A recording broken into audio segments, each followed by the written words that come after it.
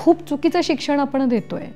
आपल्या लहानपणी आपण कधीच इतकी औषधं घेतलेली नाही जितकी आत्ताची मुलं घेत आहेत औषधं. आणि सगळ्यात मोठी चूक आहाराच्या बद्दल असलेलं अज्ञान. पूर्ण आपली जडणघडण जी आहे, शरीराची असेल, मनाची असेल, भावनांची असेल, हे सगळं आपलं पोषण कसं होतंय त्यावरच अवलंबून असतं.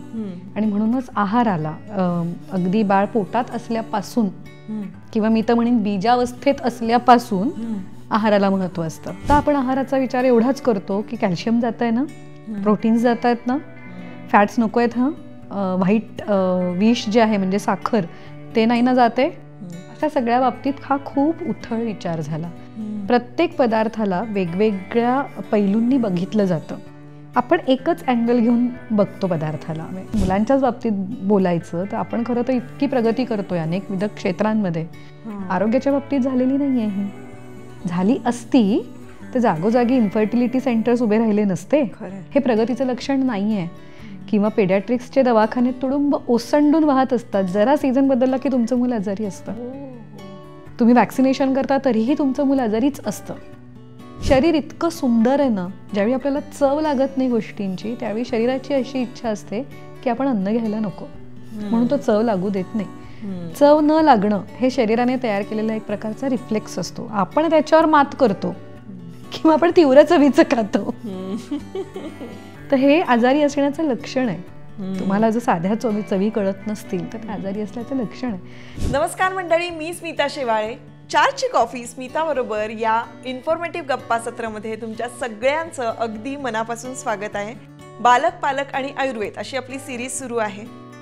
खरं सांगायला गेलं तर मुलांचा आहार किती गरजेचा आहे हे आपल्याला 2 एपिसोडमध्ये लक्षात आलेलं आहे.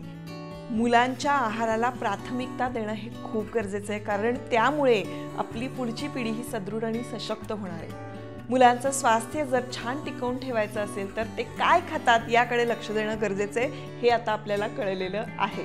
त्यामुळे आजच्या एपिसोडमध्ये आयुर्वेद काय सांगतं, कुठला आहार घेतला पाहिजे मुलांनी, हे आपण आयुर्वेदाचार्य डॉक्टर ज्योत्स्ना पेटकर यांच्याकडून जाणून घेणार आहोत. त्यामुळे आजचा एपिसोड अतिशय महत्त्वपूर्ण ठरणार आहे. शेवटपर्यंत नक्की बघा. जे कोणी आता या चॅनलवर नवीन आले असतील, पहिल्यांदाच व्हिडिओ बघत असतील, तर मी सांगेन चॅनल आपलंच आहे, सबस्क्राईब करून टाका आणि बेल आयकॉनचं बटनही हिट करा. चला तर मग आता आजच्या एपिसोडला सुरुवात करूया. नमस्कार ज्योत्स्नाताई. नमस्ते स्मिता. 2 एपिसोडमध्ये आम्हाला लक्षात आलेलं आहे की आहाराला आपण किती महत्त्व द्यायला हवं, कारण आहारावर संपूर्ण आपली जी पुढची पिढी आहे ती घडणार आहे, त्याच्यावर अवलंबून आहे सगळं. तर आयुर्वेदाप्रमाणे चौरस आहार कसा असायला हवा, त्याची संकल्पना काय आहे हे आधी समजावून सांग. नक्कीच. मागचे 2 एपिसोड आपण हे बघितलं की सगळं काही भोजनाच्या अधीन आहे. म्हणजे मनाच्या एकाग्रतेविषयी आपण बोललो किंवा स्मरणशक्तीविषयी बोललो, तर सगळ्याचं उत्तर मी देताना हेच सांगितलं की सगळं आहारावर अवलंबून आहे. पूर्ण आपली जडणघडण जी आहे, शरीराची असेल, मनाची असेल, भावनांची असेल, हे सगळं आपलं पोषण कसं होतंय त्यावरच अवलंबून असतं. आणि म्हणूनच आहाराला अगदी बाळ पोटात असल्यापासून किंवा मी तर म्हणेन बीजावस्थेत असल्यापासून आहाराला महत्व असतं. कारण जसं बी असेल तसंच पुढचं सगळं वाढणार ना. त्याच्यामुळे जेव्हा तुम्ही कन्सिव्ह करण्याचा विचार करता तेव्हापासून तुम्ही तुमच्या बीजावर काम केलं पाहिजे. म्हणजे स्त्री बीज असेल, पुरुष बीज असेल, कारण तेही आहारातनंच उत्पन्न होतात ना. आपण काही स्त्री बीज खात नाही. स्त्री बीज तयार होण्यासाठी आपण जो काही आहार घेतो त्याच्यातनं ह्या सगळ्या गोष्टींचं पोषण होत असतं. तर इतका बारीक विचार आयुर्वेदाने केलेला आहे. तर असं जेव्हा बाळ तयार होत आहे, बाहेर येत आहे, अन्नानेच आपलं पोषण असतं. अन्नाशिवाय ऊर्जा आपण घेऊ शकत नाही कशात नाही. तर त्यामुळे अन्नाचा विचार हा खूप उथळ होतोय सध्या, तसा व्हायला नको आहे. बरोबर. आहार चौरस असावा, 6 रसांचा त्याच्यात अंतर्भाव असावा, या सगळ्या गोष्टी आपल्याला माहिती आहेत, पण त्या प्रॅक्टिकलमध्ये येत नाही. कारण आत्ता आपण आहाराचा विचार एवढाच करतो की कॅल्शियम जात आहे ना, प्रोटीन्स जात आहेत ना, फॅट्स नको आहेत, व्हाईट विष जे आहे म्हणजे साखर ते नाही ना जाते. अशा सगळ्या बाबतीत हा खूप उथळ विचार झाला. प्रत्येक पदार्थाला वेगवेगळ्या पैलूंनी बघितलं जातं. आपण एकच अँगल घेऊन बघतो पदार्थाला. सोपं उदाहरण देते, दही. दह्याकडे बघताना आपण म्हणतो rich source of protein, which is absolutely okay, true. पण हा एक अँगल झाला. प्रत्येक पदार्थाला रस, वीर्य, विपाक, केमिकल प्रॉपर्टीज असा सगळाच अँगल आहे. तर तसं दही हे रिच सोर्स ऑफ प्रोटीन हा एक अँगल झाला. त्याचा दुसरा अँगल आहे त्याचा रस काय आहे, आम्ल. विपाक काय आहे म्हणजे त्याचं शरीरात जाऊन होणार कुठल्या रसात रूपांतर आहे. आणि वीर्य म्हणजे ते उष्ण आहे का शीत आहे हे सुद्धा विचारात घेणं गरजेचं आहे. आणि इथेच आपली सगळी गडबड होतीये. म्हणजे दह्याचं वीर्य अत्यंतिक उष्ण आहे. जरी ते प्रोटीनचा रिच सोर्स असलं तरी ते प्रचंड प्रमाणात उष्ण आहे. मग अशा उष्ण गोष्टी आपण उन्हाळ्यात खाऊ का, रादर आपण खाल्ल्या पाहिजेत का, किंवा ऑक्टोबर हीटमध्ये तू जनरल ऑब्झर्वेशन केलं असशील तर उन्हाळ्यात सगळ्यात जास्त दही खाल्लं जातं. कारण थंड आहे, खाताना थंड आहे, पण त्याचं डायजेशन झाल्यानंतर काय तयार होतं, उष्णता. ह्या बारीक बारीक गोष्टींचा विचार न केल्या गेल्यामुळे तमाम जनता आजारी आहे. मुलांच्याच बाबतीत बोलायचं तर आपण खरं तर इतकी प्रगती करतोय अनेक विविध क्षेत्रांमध्ये, आरोग्याच्या बाबतीत झालेली नाही आहे ही. झाली असती तर जागोजागी इन्फर्टिलिटी सेंटर्स उभे राहिले नसते. हे प्रगतीचं लक्षण नाही आहे. किंवा पेडियाट्रिक्सचे दवाखाने तुडुंब ओसंडून वाहत असतात. जरा सीझन बदलला की तुमचं मूल आजारी असतं. तुम्ही वॅक्सिनेशन करता तरीही तुमचं मूल आजारीच असतं. सतत काही ना काहीतरी मुलांचं चालूच असतं. अर्थात हा सगळीच मुलं अशी नसतील, माझं विधान वेगळं वाटू शकतं. काही मुलं स्वस्थही असतील पण त्यांच्या घरात नक्कीच आहाराचं सांभाळलं जात असणार आहे किंवा बीजावस्थेपासूनच ते तेवढी सक्षमता घेऊन आलेले असणार आहेत. मन किंवा बुद्धी किंवा स्मरणशक्ती हे जसे शरीराच्या बाहेरच्या गोष्टी नाही आहेत, ते लक्षात घेता त्यांचं पोषणही आहाराने होतं. आणि आहाराचा विचार करताना हे लक्षात ठेवणं गरजेचं आहे की आहाराला जशी केमिकल बाजू आहे मॉडर्न सायन्सची, तशीच त्याला रसवीर्य, विपाक आणि गुण ही पण बाजू आहे. आणि सगळ्यात महत्त्वाचं आहाराच्या बाबतीत की मुलांनी काय खावं काय खाऊ नये ह्याच्यापेक्षाही महत्त्वाचा मुद्दा आहे भूक. त्यांना भूक न लागता जर तुम्ही द्यायला गेलात तर ते पचत नाही. पचलं नाही तर ते ॲब्झॉर्ब होत नाही. मग तुमचा पोषणाचा मुद्दा हा तसाच राहतो. मग बऱ्याचदा असं होतं की आम्ही इतकं व्यवस्थित जेवतो तरी त्याचं अंगकाठी अशीच आहे किंवा सतत तो आजारी पडतो, सतत किरकिर करतो. बेसलाईन काय आहे, त्याला भूक असते का तुम्ही जेव्हा देता अन्न, की तुम्ही असं करता जसं स्वतः आपण बऱ्याचदा करतो, वेळ झाली आहे म्हणून आपण जेवतो. मोठी लोक सुद्धा, मी नाही जेवत, मी भूक लागल्यावरच जेवते, पण मी एक जनरल सांगतेय की वेळ झाली आहे, दुपारी 1 वाजलाय, तो लंच टाइम आहे, भूक लागली आहे का, ती लागलेलीच नसते बऱ्याचदा. बॉडी क्लॉक न फॉलो करता आपण वॉल क्लॉक फॉलो करतो. मुलांच्या बाबतीत एक मेख अशी असते की ते पदार्थ बघून भूक ठरवतात. कोबीची भाजी आणि पोळी आहे का, आई मला भूक नाही आहे, मग हेच तू पिझ्झा मागव, मग त्यांना भूक असते. किंवा तू खूप चटपटीत काहीतरी तीव्र चवीचं बनव तर ते खातात. मग अशावेळी पालक खूप कौतुकाने सांगतात, अहो नाही तिची विशिष्ट रस्सा भाजी केली ना ग्रेव्हीची की तो 3-3 पोळ्या जेवतो. हे कौतुक करण्यासारखं नाही आहे. याचा अर्थ त्याच्या जिभेला तीव्र चवीच कळतात. बरोबर. आहाराची प्रत्येक याची चव असते. ती केव्हा कळणार आहे, ज्यावेळी जीभ क्लिअर आहे तुमची. आणि जीभ केव्हा क्लिअर असणार आहे, ज्यावेळी इथून सगळं क्लिअर आहे. शरीर इतकं सुंदर आहे ना, ज्यावेळी आपल्याला चव लागत नाही गोष्टींची त्यावेळी शरीराची अशी इच्छा असते की आपण अन्न घ्यायला नको, म्हणून तो चव लागू देत नाही. चव न लागणं हे शरीराने तयार केलेला एक प्रकारचा रिफ्लेक्स असतो. आपण त्याच्यावर मात करतो किंवा आपण तीव्र चवीचं खातो. तर हे आजारी असण्याचं लक्षण आहे. तुम्हाला जर साध्या चवी कळत नसतील तर ते आजारी असल्याचं लक्षण आहे. तेव्हा जेव्हा तुम्ही मुलांच्या पोषणाचा विचार करताय तर सगळ्यात महत्त्वाची आहे त्याची भूक. आणि ती तुम्हाला ओळखता आली पाहिजे. समजा त्याला भूक लागत नसेल तर तुम्ही नक्कीच वैद्यकीय सल्ल्याची मदत घ्या. तो पदार्थ बघून भूक ठरवत असेल तर तुम्ही त्याचं काउन्सिलिंग करा. की बऱ्याचदा असं होतं की पालकांना वेळच नसतो, मग हट्ट पुरवले जातात. तो नाही ना भाजी पोळी खाते, रडतोय ना, मग मागव ना काहीतरी किंवा बनव ना त्याला जे हवंय ते. हे असं आपण कॉम्प्रोमाइज करतो कारण आपल्याकडे तेवढा द्यायला वेळ नाहीये. पण हे जसं मी सांगितलं की गर्भावस्थेपासून आपण ऑब्झर्वेशन स्किल्स शिकवू शकतो, तसंच गर्भावस्थेपासूनच आपण हे चेंजेस करू शकतो की मी आत्ता काय जेवतीये. मी भोपळ्याची भाजी आणि पोळी खातीये किंवा मी भोपळ्याचं आज भरीत केलंय, मी आज भोपळ्याचे घारगे केलेत. मी हे एक्झाम्पल म्हणून सांगतेय. हे तू त्याला गर्भावस्थेपासून जेव्हा ऐकवायला लागतेस ना तेव्हा ते स्मृतीत जातं त्याच्या. जेव्हा आपण उष्टावण करतो 6व्या महिन्यात तिथपासनं पुढे आपण हळूहळू सगळ्या चवी ची त्याला ओळख करून दिली पाहिजे. पालकच असतात ना जे त्याला इंट्रोड्यूस करवतात. तो तर काही मेनू कार्ड घेऊन जन्माला आलेला नाहीये. तुम्ही त्याला इंट्रोड्यूस करवताय, मग तुम्ही का नाही चांगल्या गोष्टी इंट्रोड्यूस करवायच्या. बऱ्याचदा असं असतं की जो मूल घरात आहे तोवर आपण त्याला अनेकविध गोष्टी इंट्रोड्यूस करू शकतोय, पण जसा तो समाजात मिक्स व्हायला लागतो सगळं चुकीच्या गोष्टी त्याच्या डोळ्यापुढे येतात. तो दुकानात जर मुलाला घेऊन गेलीस तर कितीतरी आकर्षक पद्धतीने पॅकिंग केलेल्या गोष्टी असतात की ज्या मुलांना आय कॅचरच असतात. पटकन तिकडे लक्ष जातं, आई मला हे हवं, किंवा त्याच्यावर एखादं विशिष्ट खेळणं गिफ्ट असतं की मग हे हवं.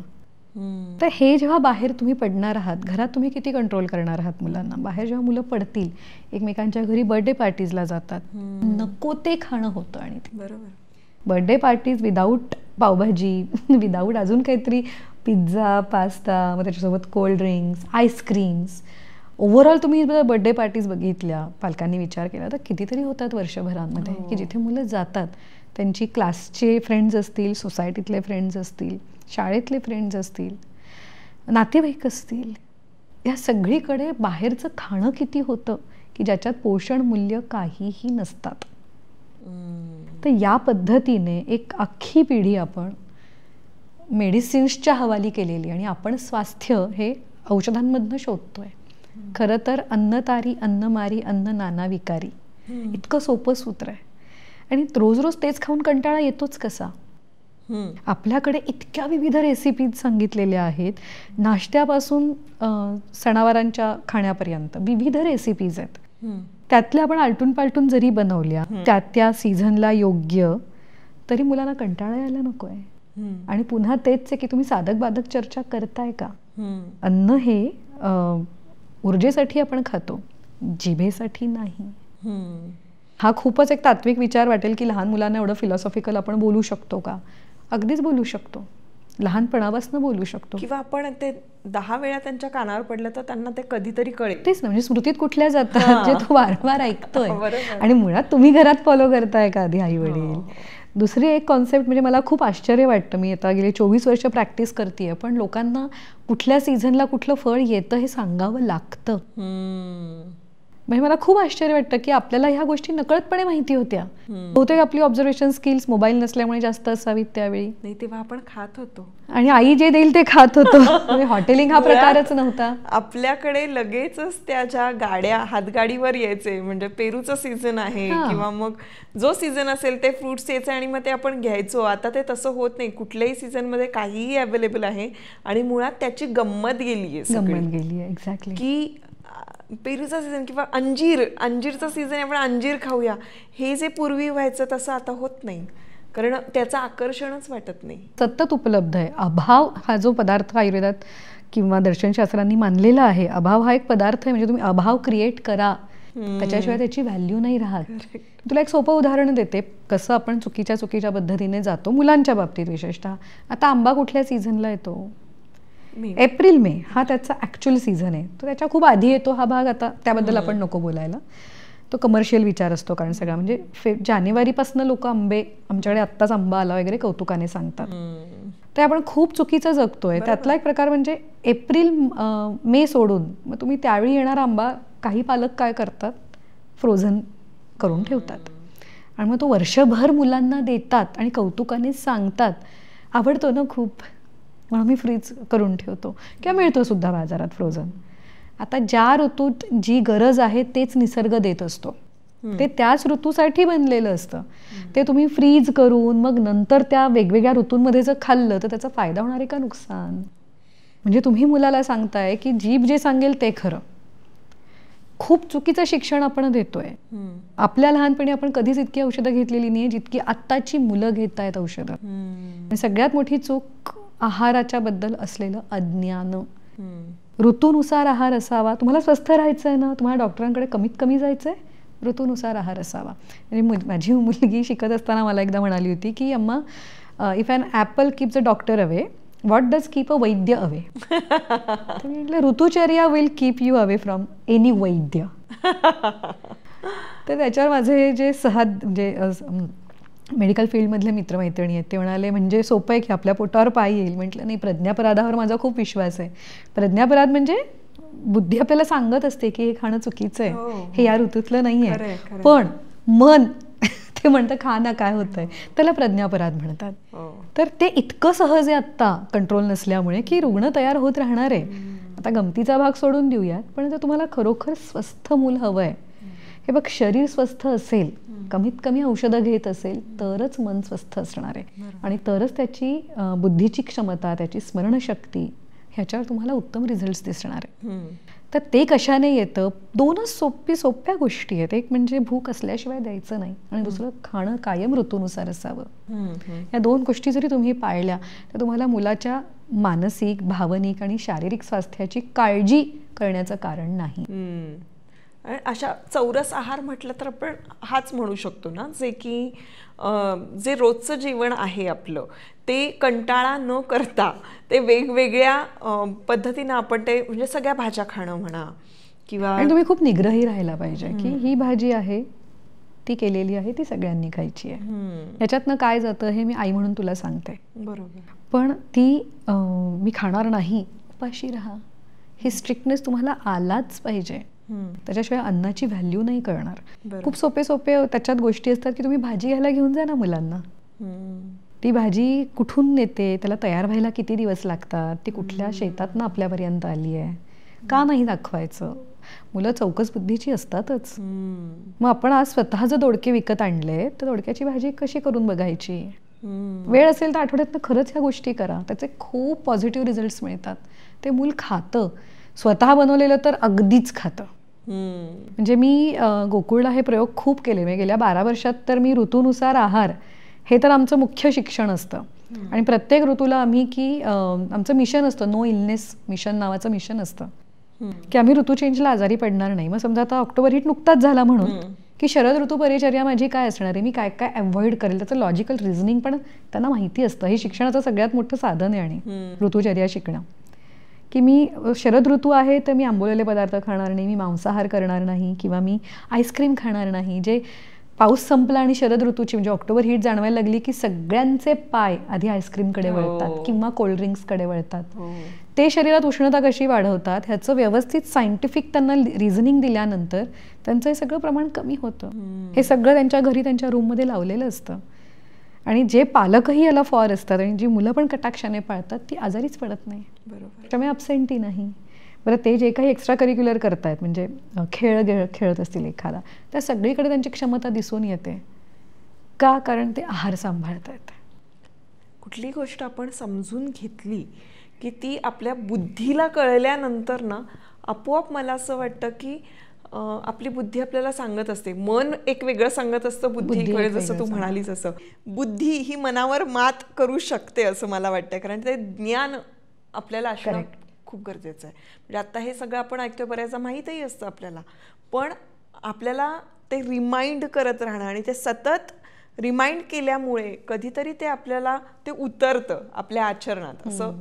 म्हणून मला असं वाटतं की हे पालकांनी सुद्धा समजून घेणं आणि समजून घेतल्यानंतर ते आचरणात आणणं पालकांचाच मुख्य विषय आहे. आणि तसंच मुलांनी सुद्धा, की मुलांना पण सतत नाही ऐकणार, तो कदाचित 4 वेळेला नाही ऐकणार, 5 वेळेला नाही ऐकणार, पण 6व्यांदा परत कारल्याची भाजी केल्यानंतर आणि आता पर्यायच नाही, मग खाणार तो. आणि मुलांचं होतं कसं माहिती आहे का, की काही म्हणजे मी जे अनुभवलंय गेल्या काही वर्षात डॉक्टर म्हणून आणि इव्हन शिक्षिका म्हणून सुद्धा, की माझ्या सोबतची मुलं मात्र हे खातायत ते खातायत, तू मात्र मला खाऊ देत नाही, असे पण वेगळे परिणाम होतात. मग ते त्यांच्या डब्यातलं खाणं असेल किंवा मग त्याच्यासाठी हट्ट करणं असेल, मग आई वडील कसे दुष्ट आहेत इथपर्यंत गोष्टी जातात. त्यामुळे हा एक बॅटल आहेच. समाजात सगळे चुकीचे पदार्थ खात असतात आणि असं वाटतं की ते आजारी पडत नाही आहेत, तू आम्हालाच कशी काय हे करते, पण त्याचे दूरगामी परिणाम काय होणार आहेत हे तेव्हा दिसत नसतं. बरोबर. त्यामुळे सतत तुमचा मुलांशी ना उत्तम संवाद असणं गरजेचं आहे. आप्तवचन असं एक शब्द आलेला आहे आपल्याकडे, की ज्ञान घेण्याच्या बाबतीत आपल्याला कुणावर विश्वास असतो, जे आपले आप्त म्हणजे नातेवाईक नव्हे, जवळचे लोक असतात, की ज्यांच्यावर आपल्या ज्या शब्दांवर आपला विश्वास असतो ते कायमच प्रथम पालकच असावेत. आई वडील, आजी आजोबा दोन्हीकडचे किंवा अगदी जवळची मावशी, कुणीही आपलं असू शकतं की ज्यांच्या वचनावर आपला विश्वास आहे. आणि ही जडणघडण मुलांची खूप लहानपणापासून केली पाहिजे. म्हणजे तुम्हाला जर एवढं मोठं त्याला उत्तम घडवायचं आहे तर तुम्ही लहानपणापासून त्याला आहाराचं महत्त्व पुन्हा तेच आहे की कुणी एक्स्ट्रीमिझम कडे जाणार नाही याची काळजी घेतली पाहिजे. म्हणजे आम्ही अजिबातच खात नाही असंही नाही, जिथे गरजेचं असेल तुम्ही तिथे खाल्लं, सगळ्या चवी दिल्या पाहिजेत. पण एकूण मी बघते ना ग, लोकांचं सॅटरडे संडे आउटिंग ठरलेलंच असतं.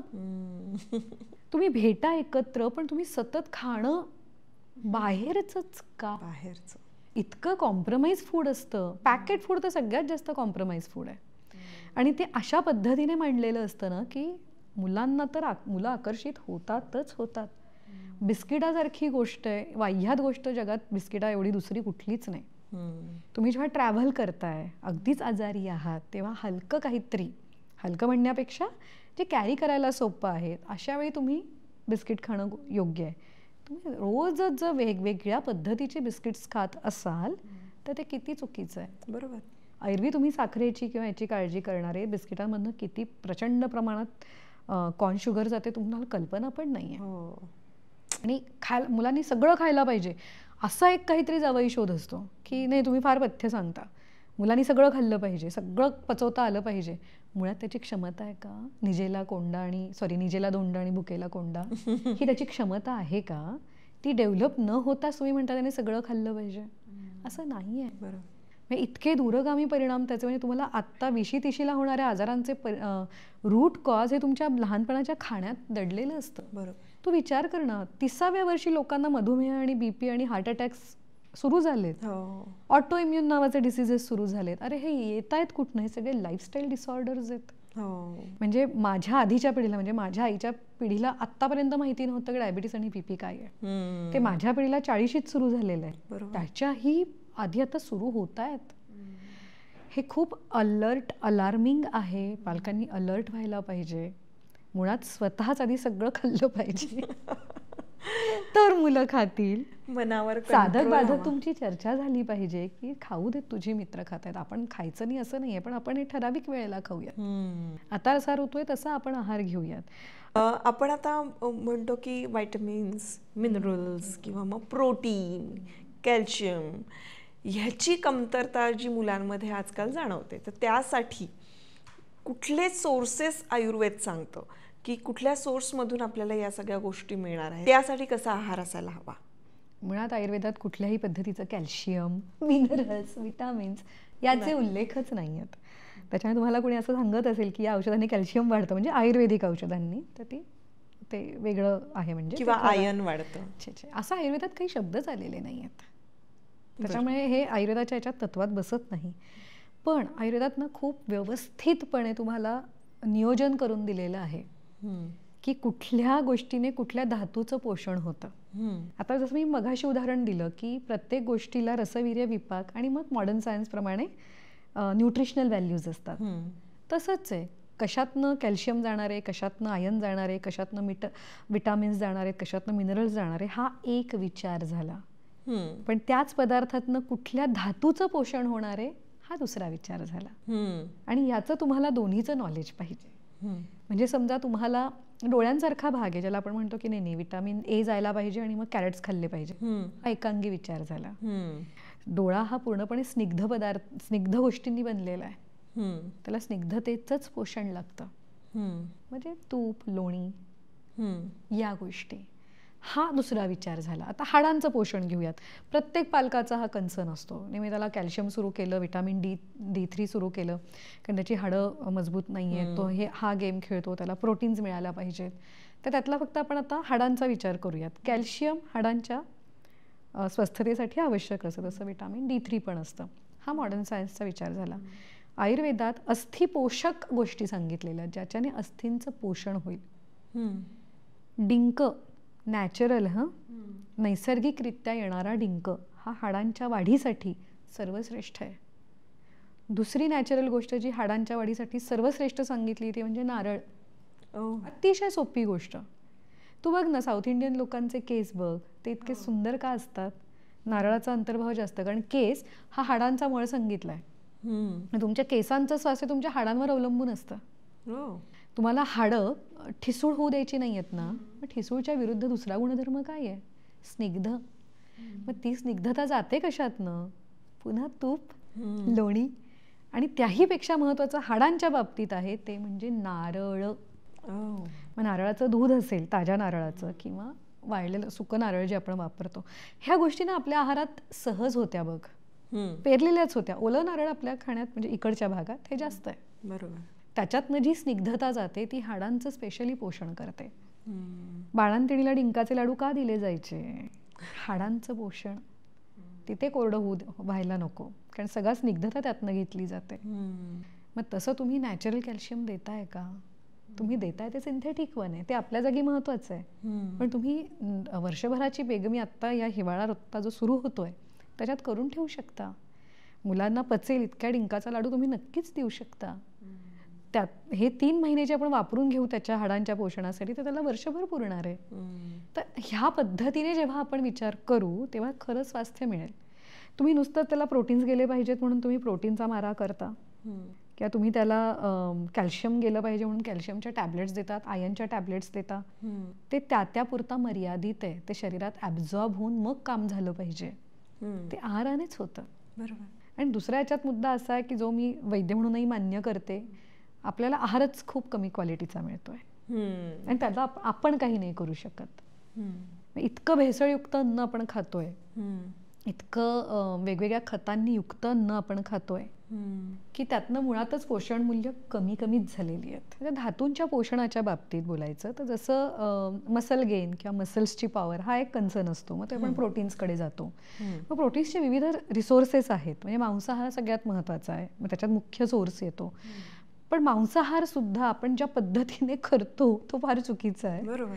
त्याला माल मसाला लावल्याशिवाय आपणाला मांसाहार केल्यासारखं वाटत नाही. खूप सारं ऑइल, त्याच्यातनं ऑइल हा मुद्दा पुन्हा वेगळा आहे बरं का ग. तीव्र मसाले हे नाही पोषण होऊ देत तुमचं. ते तेवढ्याच चवीत तेवढ्याच याच्यात पाहिजेत. तुम्ही मांसाहार हा पचायलाही देखील जड असतो. म्हणजे कुठल्या ऋतूत कुठल्या प्राण्याचं मांस खावं इतकं डिटेल वर्णन आयुर्वेदाने केलेलं आहे.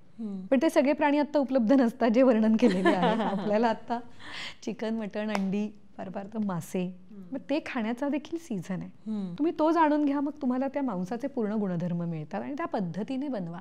म्हणजे मांस वाढण्यासाठी आयुर्वेदात खूप एक छान योग आलेला आहे. मांस रस आणि त्याच्यात डाळिंबाचा रस. मांस रस बरं का, म्हणजे शिजवून आपण सूप जे करतो ते ॲब्झॉर्ब व्हायला फार सोपं असतं, सगळं त्याच्यात उतरलेलं असतं. तर ही एक रेसिपी होऊ शकते. पण ती कधी? हिवाळ्यात, ज्यावेळी ते पचणार सोप्या पद्धतीने आणि छान. हिवाळ्यात भूक वाढते ना कारण आपली, त्यामुळे पचायला सगळ्या जड गोष्टी आपण हिवाळ्यात खाऊ शकतो. मग आता दुसरा जे व्हेजिटेरियन आहे त्यांच्यासाठी काय मग पर्याय आहे? मांस धातू वाढवायचा असेल तर उडदाची डाळ सगळ्यात उत्तम सांगितलेली आहे. व्हेजिटेरियन्स लोकांसाठी तो सगळ्यात उत्तम ऑप्शन आहे. उडदाचं घुटं इन केस तुला माहिती असेल, प्रथिनांसाठी, मांसवर्धन होण्यासाठी. प्रथिनांचा विचार हा मसल्ससाठीच असतो ना, म्हणजे प्रोटीन्सचा. तर मांसाला बळ देणारं कोण आहे आयुर्वेदानुसार? तर मांस आहे, कारण समानेन समानस्य वृद्धी. आणि दुसरं आहे व्हेजमध्ये ऑप्शन उत्तम, ते म्हणजे उडदाची डाळ. म्हणून अनेक ठिकाणी ही प्रथा हिवाळा सुरू झाला की उडदाचे लाडू केले जातात. आमच्या खानदेशात तर ते असतातच असतात. अतिशय टेस्टी आणि इतका भारी फॉर्म्युला आहे तो की तुम्ही हिवाळ्याचे 3 महिने ते खाल्ले की वर्षभरातलं सगळं न्यूट्रिशन तुम्हाला मिळालेलं असतं. किंवा उडदाचं घुटं केलं जातं. तर या भागात किती केलं जातं मला माहिती नाही, पण खानदेशात, मराठवाड्यात उडदाचं घुटं केलंच जातं. पौष्टिक अत्यंत आणि मसल्सला बळ देणार. पण हीच उडदाची डाळ इतर ऋतूत पचत नाही. ती फक्त हिवाळ्यातच पचते. अग्नी चांगला असला पाहिजे, भूक चांगली असली पाहिजे, की ते ॲब्झॉर्ब पण तर झालं पाहिजे. सो असा आयुर्वेदाने विचार सांगितलेला आहे. आणि जर तुम्ही त्याचं मॉडर्ननुसार संशोधन करायला गेलात तर तुम्हाला त्या गोष्टी त्याच्यात सापडतात. आयुर्वेद त्या टर्मिनॉलॉजीमध्ये बोलत नाही. आयुर्वेद पोषक भावांबद्दल बोलतो. शरीर 7 धातूंनी बनलेलं आहे. 7 धातूंचे पोषण भाव काय काय आहेत. तर अशा पद्धतीचं ते सोर्सेस आपले असे असले पाहिजे. म्हणजे जे मॉडर्न पद्धती आहे आपली, तर ते सोडून तू म्हणतेस की एकांगी विचार न करता आपण सर्वार्थानं विचार केला पाहिजे, सगळ्या बाजूने, प्रत्येक पदार्थाचा. बरोबर. आता मला सांग की आपण आता बघतो किशोरवयीन मुली ज्या आहेत किंवा लवकर पाळी येते मुलींना आजकाल, असे सुद्धा प्रकार होत आहेत. किंवा मुलांमध्ये त्यावेळेला जे बदल होत असतात त्यावेळेला आहारामध्ये काय बदल व्हायला हवेत जेव्हा की मुलींना पाळी येते हॉर्मोनल चेंजेस जेव्हा होतात तेव्हा, हा, तर त्यावेळेला त्यांनी आहारामध्ये कुठल्या प्रकारचे बदल करायला हवेत किंवा पालकांनी त्या बाबतीत जागरूक कसं राहायला हवं? आता हा जो मुद्दा आहे ना की खूप कमी वयात हॉर्मोनल चेंजेस होत आहेत, याला 2 गोष्टी कारणीभूत आहेत. एक तर आपण आहारच असा खातोय की ज्याच्याने हे स्टिम्युलेट होत आहेत गोष्टी, आणि दुसरा त्याला मुद्दा आहे की आयुष्यमान कमी कमी होत जाणार आहे आता. त्याच्यामुळे खूप लवकर लवकर ग्रोथ होत दिसणार आहे तुम्हाला. म्हणजे आपली पिढी 60 पर्यंत चांगली जगेल, आपल्या मुलांची 40 पर्यंतच. तर आयुर्मान जसं कमी कमी होत चाललंय तसं अर्ली डेव्हलपमेंट होणार प्रत्येक गोष्टीच्या. हा एक त्याला मुद्दा आहे. आणि दुसरा की आहारच आपण हॉर्मोनने भरलेला खातोय. गायींना भरपूर किंवा दूध ज्यांचं आपण पितो त्यांना व्यवस्थित प्रमाणात हॉर्मोन्स टोचून टोचून दूध काढलं जातं, त्याच्यातनं आहारातनं ते जाणार ना. पण जर मॉडर्न प्रमाणे जरी आपण विचार केला तर हॉर्मोन्सची डेव्हलपमेंट कशी, हॉर्मोन्स बनतात कसे शरीरात, तर ॲनाबॉलिझम आणि कॅटाबॉलिझम असतं. म्हणजे घेतलेला आहार ब्रेकडाऊन होतो आणि मग पुन्हा बिल्ट होतं. म्हणजे एक तुला पझल आणून दिलेलं आहे, ते ब्रेकडाऊन केलंस तू आणि पुन्हा जोडत बसलीस. तसं आपण जो काही आहार घेतोय, फॅट्स, प्रोटीन्स, कार्बोहायड्रेट्स, या सगळ्या चेन्स ब्रेकडाऊन केल्या जातात. म्हणजे कार्बन सुट्टा, हायड्रोजन सुट्टा, नायट्रोजन सुट्टा, आणि याच्यातनं तुम्हाला तुमचे फॉर्म्युलेशन्स आता बनवून घ्यायचे आहेत. अशा पद्धतीने हॉर्मोन्स शरीरात तयार होतात त्या त्या ग्रंथींमध्ये. म्हणजे अल्टिमेटली तुमचे हॉर्मोन्स जर बनत नसतील किंवा एक्स्ट्रा बनत असतील किंवा चुकीचे बनत असतील तर कोण जबाबदार आहे? That breaking down. And that breaking down is nothing but your digestion. म्हणजे पुन्हा सगळं फिरून आलं तुमच्या पचन संस्थेवर. मग पचन संस्था कशावर अवलंबून आहे? भुकेवर आणि आहारावर. त्यामुळे वयात येणाऱ्या मुलांमध्ये जे काही हॉर्मोनल बदल घडतात त्यावेळी त्यांना स्थिरतेची जास्तीत जास्त गरज असते. उष्णता शरीरात वाढू द्यायची नसते, त्याचे इम्पॅक्ट फार वाईट होतात. पाळीच्या दिवसात ज्या गोष्टी सांगितलेल्या आहेत त्या तशाच फॉलो केल्या पाहिजेत. की आम्ही कितीही ब्लिडिंग होत असू देत, 4था दिवस असू देत, पहिला दिवस असू देत, आम्ही खेळणार. अरे खूप कॉमन सेन्स आहे. त्या वेळात सगळ्यात जास्त एनर्जी तुमची वापरली जात असते तुमचा एंडोमेट्रियम ब्रेकडाऊन होण्यासाठी. तर ती एनर्जी त्यालाच द्यावी. तुम्ही ती एनर्जी काढून दुसरीकडे वापरली तर मुलींची चिडचिडच होणार आहे. त्याचे पाळीवर इफेक्ट दिसणार आहेत. प्रत्येक घरात PCODची मुलगी आहे. हा विचार नकोय का आपल्याला करायला? हे होतंय कुठून? हे तिथनंच होतंय. तुम्हाला विश्रांतीची गरज असते तर मान्य करा, त्यात कमीपणा वाटण्यासारखं काय आहे? काही असलं तरी आम्ही सतत काम करत राहतोय, आम्ही सतत खेळत राहतोय, हे का दाखवण्याची गरज आहे? कॉमन सेन्स काय आहे? एनर्जी तुम्हाला आत्ता कशासाठी लागणार आहे? That breaking down of the endometrium. Endometrium break होतो ना, पाळी येते म्हणजे काय होतं? मग ते मसल वर्क आहे, त्याला सगळ्यात जास्त एनर्जी घेतली जाते. वेगळा विचार असा करण्याची वयात येणाऱ्या मुलांसाठी तशी गरज नाही आहे. उलट जास्त कॉन्शियसली त्यांच्या खाण्यावर लक्ष ठेवण्याची गरज आहे की ते नीट खातायत ना, त्यांचं पोषण नीट होत आहे ना. कारण चिडचिड केव्हा करतात मला माहिती आहे? जेव्हा पोषण झालेलं नसतं. संतापी होतात, पोषण झालेलं नसतं. तुम्ही ओळखा की त्यांचं पोषण होत नाही आहे आणि त्यानुसार तुम्ही आहारात बदल करा. पण म्हणजे काय बदल असायला हवेत किंवा काय खायला हवं त्यांनी? नेहमीचाच आहार. वरण भात भाजीपोळी याच्या पलीकडे आहार नाही आहे. पण म्हणजे त्या वयामध्ये काय आहार घ्यायला हवा? हे बघ, वय कुठलंही असो, आहाराचे रिसोर्सेस काय असतात? सुकामेवा, फळं, भाज्या, धान्य आणि प्रथिनं. हाच तर आपला मुख्य आहार आहे. बरोबर. ह्याची योजना तुम्ही अतिशय युक्तीने करायला पाहिजे. जशी मागणी आहे तसा पुरवठा करा. मागणीशिवाय पुरवठा करू नका. म्हणजे वाढत्या वयातली मुलं आहेत तर भूक जास्त असणार, त्यांचे कार्यक्षेत्र वाढणार, तर अर्थात तसा त्यांचा आहार वाढला पाहिजे. त्यांना ज्या ज्या वेळी भूक लागत असेल त्या त्यावेळी त्यांना व्यवस्थित आहार देणं गरजेचं आहे. म्हणजे समजा 10वीतली एखादी मुलगी आहे, अभ्यास आहे, आता 10वीचं परीक्षा आहे, त्यासोबत ती क्लासेसही करते, म्हणजे कथक शिकत असेल, भरतनाट्यम शिकत असेल किंवा बॅडमिंटनला जात असेल, तर तिचा आहार कसा असावा? तर मग अशा काय गोष्टी आहेत ज्या तिला पोषक राहतील ह्या देताना मात्र ऋतूचा विचार झाला पाहिजे. म्हणजे समजा सकाळी मी उठून, उन्हाळा चालू आहे आणि सकाळी उठून मी तिला बदाम आणि काजू देतेय तर ते सर्वथा चुकीचं आहे. तुम्ही हिवाळा आहे तर तुम्ही सकाळी तिला भिजवलेले 5 बदाम द्या. त्याच्यानंतरच्या भुकेला तुम्ही पोहे उपमा करू नका, कारण हे पदार्थ पुन्हा पचायला जड आहेत. फक्त पाणी शोषतात ते जास्तीत जास्त प्रमाणात, त्यातनं पोषण मूल्य तशी कमी पडतात. मग पोषक आहार काय असतो जो याच्याने जास्त बनलेला असतो? वाढत्या वयाच्या मुलांसाठी भाता इतकं उत्तम पोषण मूल्य असलेलं दुसरं अन्न नाही. आपला पूर्ण पिंड हा भातावरच पोसला जातो, म्हणून तो उष्टावणापासनं ते आपण गेल्यानंतर पिंडदानापर्यंत भातच आहे.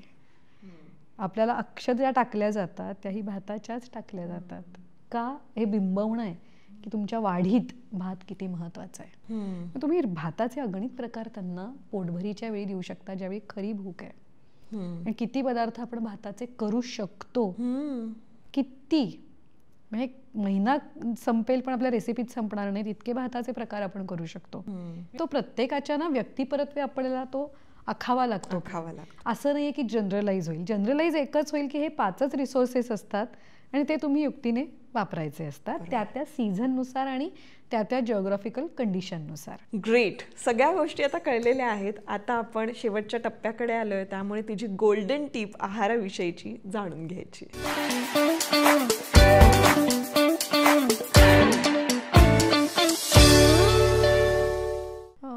दोनच गोष्टी, ऋतूनुसार आहार ठेवा आणि भूक लागल्याशिवाय मुलांना देऊ नका. या 2 गोष्टी तुम्ही पाळल्या तर तुम्हाला अन्नतारी अन्नमारी अन्न नाना विकारी हे सूत्र खूप मदत करेल. तुमचं स्वास्थ्य विदाऊट एनी मेडिसिन छान राहील. मुलांची स्मरणशक्ती, मुलांची एकाग्रता हे सगळं उत्तम अचीव होईल या एका सूत्राने. भूक लागली आहे का जेवण कर. काय मिळणार आहे जे ऋतूनुसार आहे ते. क्या बात आहे. Thank you so much. मला असं वाटतं की आमच्या सबस्क्रायबर्सला खूप सारी माहिती मिळाली आहे, खूप उपयोग झाला असेल. कमेंटमध्ये नक्की सांगा तुम्हाला जर का हा पॉडकास्ट आवडत असेल तर तसं कळवा, किंवा आणखीनही तुमचे काही प्रश्न असतील तरीसुद्धा तुम्ही कमेंट्समध्ये विचारू शकता. भेटूया आता पुढच्या एपिसोडमध्ये.